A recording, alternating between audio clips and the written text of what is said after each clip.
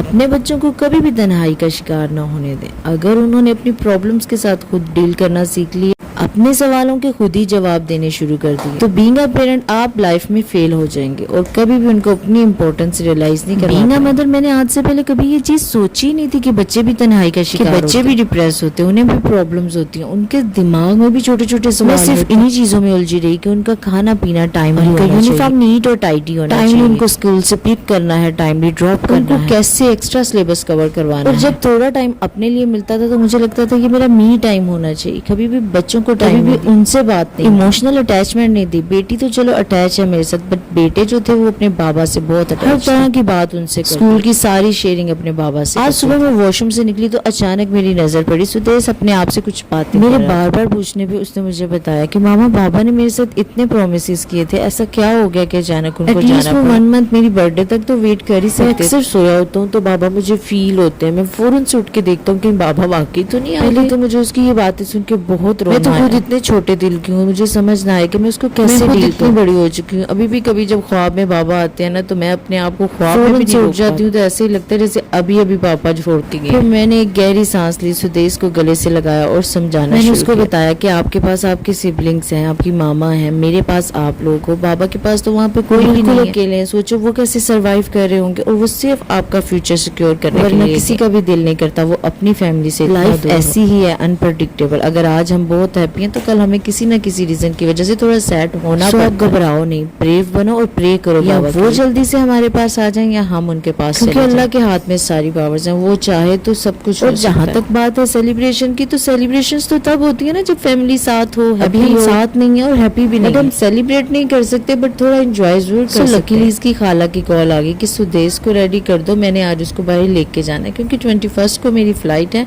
और बर्थडे पे मैं यहाँ फौरन से तैयार हो जो खाला आ रही है, फिर हम घूमने रेडी किया और सुदेश की फेवरेट प्लेस पे लेके गए। सुदेश को पैकेजेस मॉल, अमाना मॉल और एम्पोरियम मॉल वाले बाउंस, अगर उसको हम रोज कहेंगे ना तो वो रोज यही जाना। बच्चों का डे आउट था तो जब तक वो बाउंस में एंजॉय कर रहे थे, मैंने बच्चों के लिए थोड़ी स्कूल की एक्सेसरीज बाय करना शुरू कर दी। इसमें सबसे पहले उनके स्कूल बैग तो रह रहे कि मुझे चीजें याद आती हैं। मैंने सोचा बच्चे आएंगे तो उनको भूख लगी होगी, उनके आने से पहले मैं खाना ऑर्डर कर दूं, उनको ज्यादा वेट ही ना करना पड़े। से उनकी लोडेड फ्राइज ऑर्डर की और साथ में चीजेस से सुहान का पिज्जा, फेवरेट पिज्जा जो वो खाता होता है ना, वो। इसके अलावा हमने कुछ रोल्स और रैप्स भी ऑर्डर किए। बच्चे जब खेल के आगे हुए थे तो हमने अपना मील टाइम एंजॉय किया, सबने खाना बहुत लाइक। घर की तरफ निकलना था तो मुझे उनसे लंदन पे ना सेल के टैग मुझे याद आया, इसके बाबा ने मुझे अपने होम स्लीपर्स के लिए मुझे पसंद आए बट मेरे पास साइज नहीं था और मुझे कंफर्म नहीं। मैं सोचा इतनी महंगी जूते ले लूं, बाद में साइज पूरा ना आए, सो मैंने नेक्स्ट टाइम बाहर आए तो मौसम बिल्कुल चेंज हो गया हुआ था, बारिश होना स्टार्ट हो गई। में आपसे बात होगी, तब तक के लिए अल्लाह हाफिज।